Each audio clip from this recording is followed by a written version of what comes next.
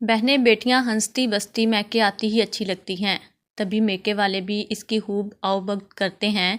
جانتے ہیں کہ بہن مہمان بن کر گھر آئی ہے، چند گھنٹوں بعد واپس اپنے گھر چلی جائے گی، مگر خدا نخواستہ اگر کوئی بہن بیٹی اجڑ کر میکے کی دہلیز پر پہنچے اور اس کے ماں باپ بھی زندہ نہ ہوں، بھائی اور بھابھی کے رحم و کرم پر رہ جائے، تو اس کی زندگی مزید تکالیف اور ذہنی اذیتوں سے بڑھ جاتی ہے۔ کچھ ایسا ہی میرے ساتھ بھی ہوا، یا شاید ہر اس عورت کے ساتھ جو 2-3 بچوں کی ماں بننے کے بعد یا تو شوہر سے طلاق لے کر میکے آ گئی، یا پھر مقدر کا لکھا سمجھ کر بیوگی کا تاج سجائے میکے چلی آئی۔ میری شادی میرے ماں باپ کی مرضی سے ہوئی تھی۔ انہوں نے میرے لیے اجمل کو پسند کیا، تو میں نے بھی دل و جان سے اجمل کو اپنا شوہر مان لیا اور اس کی فرما بردار بیوی بن کر زندگی گزارنے لگی۔ اجمل بھی بہت اچھا تھا، وہ مزدوری کیا کرتا تھا، مگر میری ہر خواہش کو پورا کرتا تھا۔ میں بھی اس کی آمدنی کے مطابق ہی خواہشات کیا کرتی تھی، کبھی بھی اپنے شوہر کو مشکل وقت میں اکیلا نہ چھوڑا۔ 1 سال بعد خدا نے ہمیں ایک بیٹی سے نوازا تو اجمل بہت خوش ہوا۔ پہلی دفعہ بیٹی کو اٹھایا تو رونے لگا، کہنے لگا کہ خدا نے مجھے بیٹی دی ہے، میں تو بڑے نازوں سے اسے پال پوس کر بڑا کروں گا، بس خدا سے یہی دعا ہے کہ خدا اس کے نصیب اچھے کرے، اسے کبھی بھی کوئی تکلیف نہ ہو۔ میں بھی اجمل کی بات سن کر رونے لگی اور اپنی بچی کو ڈھیروں دعائیں دینے لگی۔ ہمارے حالات جتنے بھی خراب تھے، مگر اس کے باوجود میں اپنے شوہر کے ساتھ پرسکون زندگی گزار رہی تھی۔ میرے والد کا انتقال ہو چکا تھا، میری ماں ہی تھی یا پھر میرا اکلوتا بھائی تھا جو کہ شادی شدہ تھا اور اپنے گھر کا تھا۔ جب تک ابو زندہ تھے، میں ہفتے میں 1 بار میکے کا چکر ضرور لگایا کرتی تھی، امی کے ساتھ بیٹھ کر ڈھیروں باتیں کرتی۔ امی بھی میری بیٹی کو دیکھ کر خوش ہو جایا کرتی، مگر جب بھائی کی شادی ہوئی تو میری بھابھی نے بھائی کو ہمارے خلاف کرنا شروع کر دیا۔ بھائی بھی مجھے اپنے گھر میں دیکھ کر ماتھے پر گوری لے آیا کرتا، مجھے اپنے گھر میں دیکھتا تو رسماً سلام دعا دینے کے بعد وہاں سے چلا جایا کرتا تھا اور مجھ سے بولنے کی بھی زحمت نہیں کرتا۔ ایک دفعہ جب بھائی کے ہاں گئی تو میری امی نماز پڑھ رہی تھی، میری بھابھی گھر میں ہی موجود تھی، مجھے دیکھ کر فوراً اس نے منہ پھیر لیا اور کمرے میں چلی گئی۔ مجھے یہ بات بڑی دل کو چبھ گئی تھی۔ تھوڑی دیر بعد بھائی گھر آیا تو میری آنکھوں سے آنسو نکل آئے۔ آخر کو میں بھائی کی لاڈلی بہن تھی اور اکلوتی تھی۔ بھائی نے مجھے روتے دیکھا تو کہنے لگا، کیا بات ہے، کیوں رو رہی ہو؟ کیا اجمل نے تمہیں کچھ کہا ہے یا کچھ پریشانی ہے؟ میں نے فوراً اپنے آنسو صاف کیے اور بولی، کچھ نہیں بھائی، میں آج تمہارے گھر آئی ہوں اور تمہاری بیوی نے مجھے دیکھ کر منہ پھیر لیا، مجھ سے بولنے کی بھی زحمت نہ کی، میں تو یوں ہی وقت گزارنے کے لیے تمہارے ہاں چلی آتی ہوں، اگر تمہاری بیوی کو نہیں پسند تو میں یہاں نہیں آتی۔ بھائی نے جب یہ سنا تو خاموشی سے کمرے میں جا کر جب بیوی سے یہ بات کہی تو بھابھی نے تو واویلا مچا دیا تھا۔ وہ جھگڑنے لگی اور بات یہاں تک پہنچا دی، اس گھر میں یا تو تمہاری بہن رہے گی یا پھر میں، جب بھی آتی ہے تو عجیب ہی فساد پھیلا کر جاتی ہے، جب شادی شدہ ہے تو اپنے گھر کیوں نہیں رہتی، روز اپنی بیٹی کو لے کر یہاں چلی آتی ہے مفت کی روٹیاں توڑنے۔ بھابھی کی بات سنی تو میرا وجود پتھر کا ہو گیا۔ میری ماں بھابھی کو ڈانٹنے لگی اور یوں بھائی بھابھی اور ماں تینوں آپس میں لڑنے لگے۔ میرا دم گھٹنے لگا تھا۔ میں ان سب کا قصوروار خود کو سمجھنے لگی کہ میں یہاں آئی اور میری وجہ سے ان کے گھر میں لڑائی برپا ہو گئی۔ میں نے ہاتھ جوڑ کر سب کو چپ کروایا اور کہا کہ کوئی بات نہیں، میں معذرت خواہ ہوں، آپ لوگ آپس میں جھگڑا بند کریں، آج کے بعد میں بلا ضرورت اس گھر میں قدم نہیں رکھوں گی۔ امی نے میری بات سنی تو رونے لگی، کہنے لگی کہ تمہارے ابو کا گھر ہے، تم ضرور آیا کرو، بیٹیوں کا تو مان ہی میکا ہوتا ہے۔ مگر میں کچھ نہ بولی اور اپنی بچی کو لیے واپس گھر آ گئی۔ اس کے بعد میں دوبارہ کبھی بھی بھائی کے ہاں نہ گئی۔ ہاں البتہ ماں مجھ سے ملنے ضرور آ جایا کرتی تھی۔ میں نے گھر آ کر اجمل کو سب بتایا تو اجمل مجھے سمجھانے لگا کہ تمہارا بھائی اب شادی شدہ ہے، اس کی اپنی زندگی ہے، آج کے بعد تم وہاں نہیں جاؤ گی، بلکہ تم نے اگر ماں سے ملنا ہوا تو میں خود جا کر تمہاری ماں کو یہاں لے آیا کروں گا۔ میں بھی خاموش ہو گئی، البتہ اندر ہی اندر یہ بات چبھ رہی تھی کہ شادی کے بعد میرا بھائی بدل چکا ہے۔ خیر وقت کے ساتھ ساتھ یہ بات بھی سینے میں کسی کیل کی طرح پیوست ہو کر رہ گئی اور میں زندگی میں اپنی بچی کے ساتھ آگے بڑھنے لگی۔ میری بچی گلناز اس وقت 5 سال کی تھی۔ جب خدا نے مجھے دوسری بیٹی سے نوازا، میں انہی میں ہی مگن ہو گئی۔ بڑی بیٹی جب 10 سال کی ہوئی تو ایک روز اجمل کا فون آیا۔ میں نے فون کان کے ساتھ لگایا تو غیر شناسی آواز گونجی۔ کہنے لگے کہ اجمل صاحب کا ایکسیڈنٹ ہو گیا ہے، آپ جلد فلاں ہسپتال میں پہنچ جائیں۔ میں نے یہ سنا تو پیروں کے نیچے سے زمین نکل گئی۔ میں نے دونوں بچیوں کو ساتھ لیا اور رکشہ میں بیٹھ کر ہسپتال جانے لگی۔ دراصل اجمل پہلے مزدوری کیا کرتا تھا اور ابھی کچھ عرصہ پہلے ہی حکومت سے قرضہ لے کر اس نے ایک رکشہ لیا تھا۔ آمدنی بھی بڑھ چکی تھی، مگر اس کا ایکسیڈنٹ میرا تو دل ہول گیا تھا۔ اجمل کا ایکسیڈنٹ بہت بری طریقے سے ہوا تھا، اس کی پسلیاں ٹوٹ چکی تھیں۔ میں جب ہسپتال پہنچی تو وہ اکھڑ کر سانس لے رہا تھا۔ جب بھی سانس لیتا تو منہ سے خون فوارے کی مانند باہر گر رہا تھا۔ میں نے یہ منظر دیکھا تو چیخ کر رونے لگی۔ بچیاں تو میرے پیچھے چھپ چکی تھیں۔ بھلا باپ کی یہ حالت کون برداشت کر سکتا تھا؟ میں روتے ہوئے آنکھوں پر ہاتھ رکھے اجمل کے بیڈ کے پاس آ کر بیٹھ گئی۔ کیا حشر ہو چکا تھا میرے اجمل کا! ڈاکٹروں نے تو صاف جواب دے دیا تھا کہ اس کو بچانا بہت مشکل ہے۔ اجمل میری جانب دیکھتا ہوا دھیرے دھیرے سانس لیتا کہنے لگا، ہینا میں جانتا ہوں کہ میں کچھ لمحوں بعد اس دنیا میں نہیں رہوں گا، بس اتنا ہی کہوں گا کہ ہمت مت ہارنا، میری بچیوں کا دھیان رکھنا، اور ہو سکے تو مجھے معاف کر دینا۔ میں تجھے اس دنیا میں اکیلا چھوڑ کر نہیں جانا چاہتا تھا، مگر فقط اتنا ہی بول سکا تھا اجمل، اور اس کی زبان اس کا ساتھ چھوڑ چکی تھی۔ میں نے سر اٹھا کر جب اجمل کو دیکھا تو وہ بالکل ساکت ہو چکا تھا، اس کی روح پرواز کر چکی تھی۔ میں نہیں جانتی اس کے بعد کیا ہوا۔ میری بچیاں کتنی بلند آواز میں چیخ کر روئیں، باپ کے وجود کو ہلانے لگیں، مگر میں وہیں ہوش کھو بیٹھی اور فرش پر گر گئی۔ جب ہوش آیا تو ہسپتال میں موجود تھی۔ میرا شوہر ایک ایمبولینس میں ڈال دیا گیا تھا، جبکہ میری بچیاں کبھی میری جانب دوڑ کر آتیں تو کبھی ایمبولینس کی جانب اپنے باپ کا وجود دیکھتیں۔ میرا شوہر مر چکا تھا اور اس وقت ہسپتال میں کوئی عزیز بھی موجود نہ تھا، صرف ڈاکٹر اور نرسز تھیں جو مجھے حوصلہ دے رہے تھیں۔ میں نے بڑی مشکل سے خود کو سنبھالا اور بچیوں سمیت شوہر کی لاش لیے گھر پہنچی تو اہل محلہ کو خبر ہو چکی تھی کہ یقیناً اس گھر میں کوئی موت واقع ہو گئی ہے، مگر ہمت ہی نہ ہو رہی تھی کہ کال کر کے ماں کو بتاؤں، بھائی کو بتاؤں کہ آج اجمل فوت ہو گئے ہیں۔ میرا شوہر مر چکا تھا اور میری معصوم بچیاں باپ کی میت کے پاس بیٹھی داڑیں مار مار کر رو رہی تھیں، ابو کو اٹھنے کا کہہ رہی تھیں، مگر وہ کیا جانے کہ ابو تو اب ہمیشہ کے لیے جا چکے تھے۔ بڑی بیٹی چھوٹی کو سینے سے لگائے بیٹھی تھی، جبکہ میں پتھر کی مورت بنی بیٹھی اپنے شوہر کو دیکھ رہی تھی۔ نہ جانے کتنی تکلیف برداشت کر کے اس دنیا سے چلا گیا تھا۔ ماں کو دیکھا تو مزید ہمت نہ کر سکی اور ماں کے سینے لگ کر رونے لگی۔ مجھے روتا دیکھ کر میری بچیاں مزید رونے لگیں۔ بھائی اور بھابھی بھی آئے تھے۔ کچھ ہی دیر بعد میرے شوہر کو گھر سے لے گئے اور منو مٹی تلے اسے دفن کر دیا۔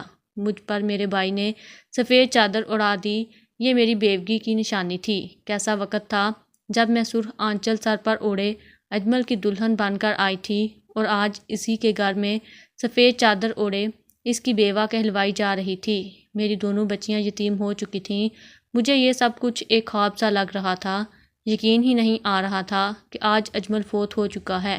میرے بھائی اور بھابھی تو واپس اپنے گھر چلے گئے، مگر میری ماں میرے پاس ہی رہیں، کیونکہ اجمل نے رکشہ حکومت سے قرضہ لے کر لیا تھا، اس لیے وہ قرضہ تو ہر حال میں واپس کرنا تھا۔ ہمارے پاس تو اتنے پیسے ہی نہ تھے جو قرضے کی ادائیگی کرتے۔ میرے پاس جو بھی زیور تھا وہ بیچ کر میں نے ایک ہی دفعہ قرضہ ادا کر دیا۔ جس گھر میں ہم رہتے تھے وہ گھر کرائے کا تھا۔ جب میری عدت ختم ہوئی تو ایک روز مکان مالک ہمارے ہاں آیا۔ اجمل کی تعزیت کرنے کے بعد کہنے لگا، دیکھو بہن، جانتا ہوں تم لوگوں پر مشکل وقت آ چکا ہے، مگر 5 ماہ ہو چکے ہیں تم لوگوں نے کرایہ ادا نہیں کیا۔ میں بھی غریب آدمی ہوں، مزدوریاں کر کے اپنا گزارا کرتا ہوں اور کچھ آمدنی اس گھر کے کرائے سے آ جاتی ہے۔ ہو سکے تو مجھے اس گھر کا کرایہ بھی ادا کر دو تاکہ میرے بھی حالات کچھ بہتر ہو سکیں۔ اس شخص کی بات سنی تو مجھے اور بھی پریشانی لاحق ہو گئی۔ 5 ماہ کا کرایہ تو بہت زیادہ بنتا تھا، بھلا میں کیسے ادا کرتی؟ میری ماں نے جب یہ سنا تو کہنے لگی، تم پریشان مت ہو، میں تمہارے بھائی سے بات کرتی ہوں، خود پھر کرایہ ادا کر کے تمہیں اپنے ساتھ گھر لے جاؤں گی۔ میں خاموش ہو گئی کہ یہ کیسا وقت آ پہنچا تھا۔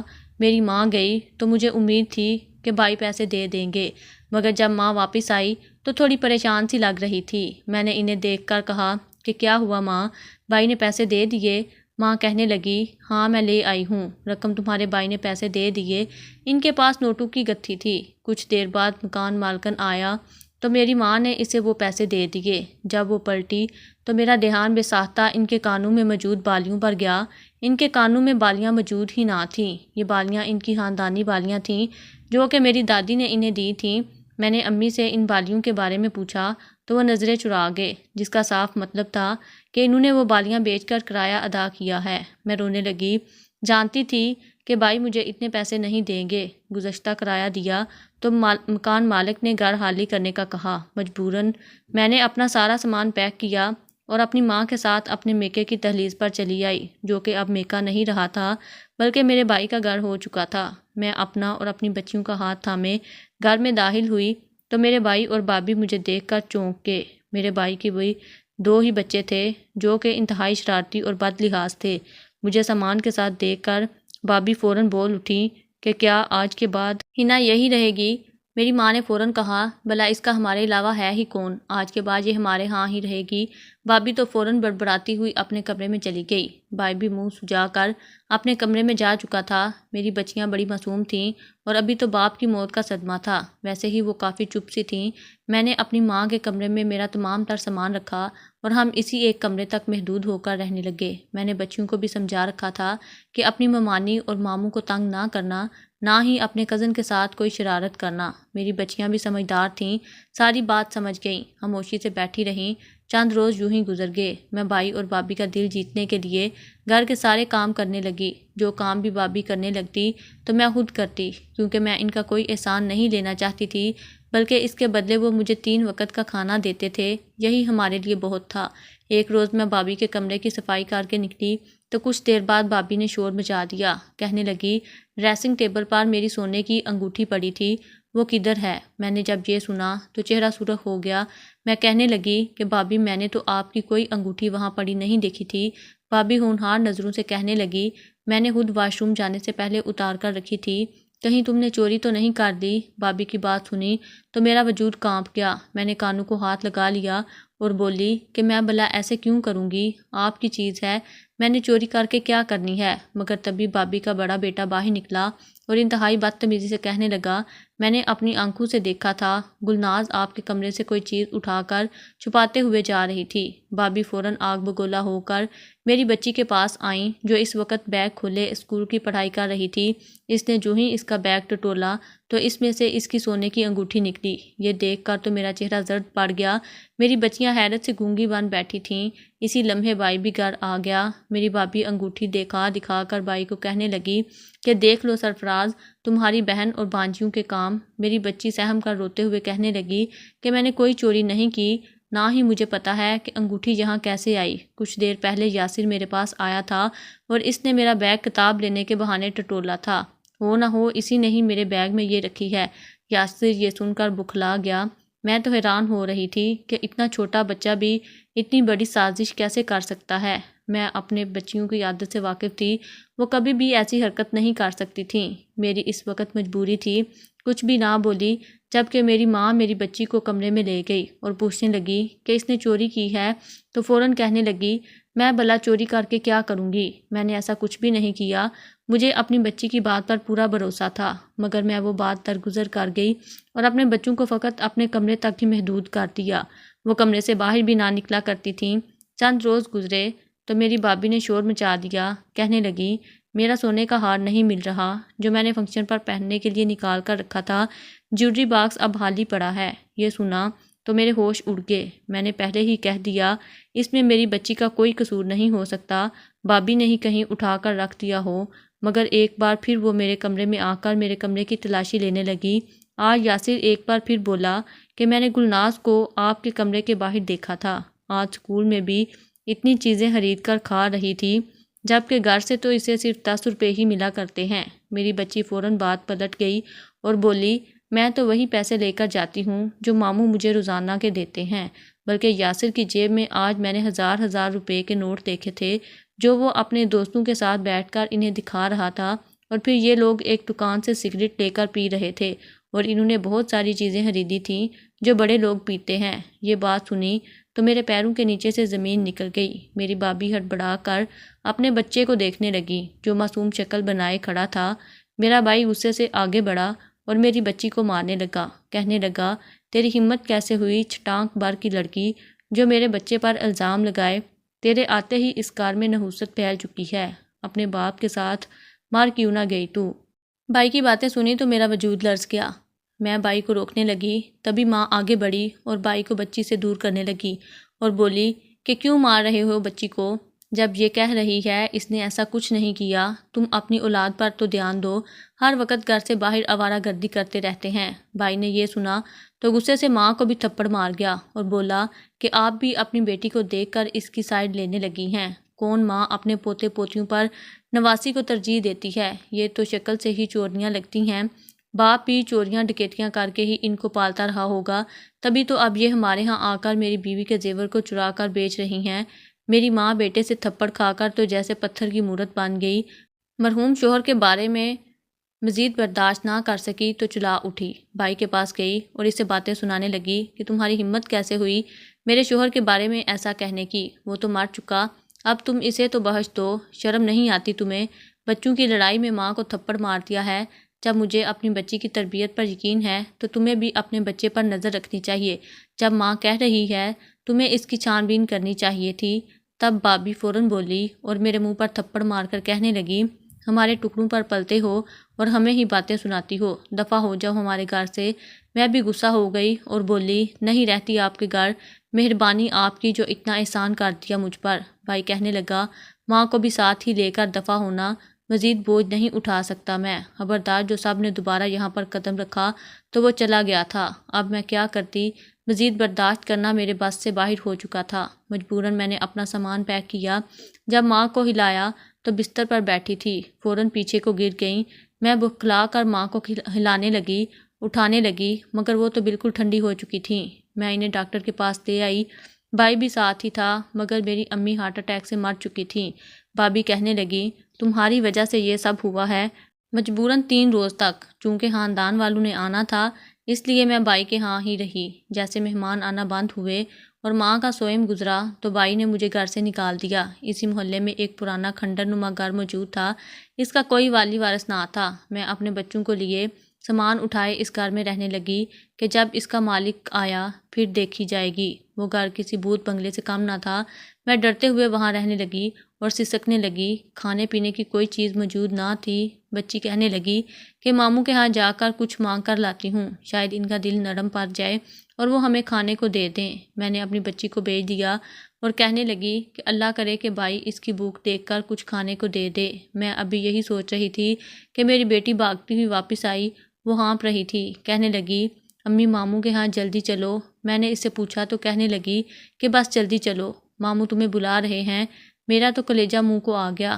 میں بھاگتے ہوئے بھائی کے گھر پہنچی، جو منظر دکھائی دیا دیکھ کر لرز گئی، بھائی میرے قدموں میں گر گیا اور مجھ سے معافی مانگنے لگا، کہنے لگا مجھے معاف کر دو، میری وجہ سے سب کچھ ہوا، میں تمہاری بات پر یقین کر لیتا تو آج یہ سب نہ ہوتا، در حقیقت اسے تمام راز پتہ چل گئے تھے، وہ زیور کا گم ہونا اور پھر الزام لگانا سب کچھ بھابھی اور اس کے بیٹے نے مل کر کیا تھا، در حقیقت میرے بھائی کا بڑا بیٹا یاسر نشئی بن چکا تھا، چھوٹی عمر میں غلط سنگت کی وجہ سے وہ سگریٹ اور نشہ کرنے لگا تھا، اس نے ہی بہانے سے اپنی ماں کا زیور بیچا تھا، جبکہ بھابھی سب جانتے ہوئے بھی خاموش تھی، آج کسی طرح بھائی نے ان کی باتیں سن لی تھیں، اس نے اپنی بیوی اور بچے کو بہت مارا تھا، اسے احساس ہوا تھا کہ اس کی وجہ سے کتنی بڑی مصیبت آ پڑی ہے، مگر میری بھابھی کے بڑے بیٹے نے جب گھر باپ سے ڈانٹ کھائی تو وہ گھر سے باہر نکل گیا، نشے کی لت اس قدر لگ چکی تھی کہ وہ سڑکوں پر لوٹ مار کرنے لگا اور لوگوں کے پرس چرا کر پیسے لے کر نشہ کرنے لگا،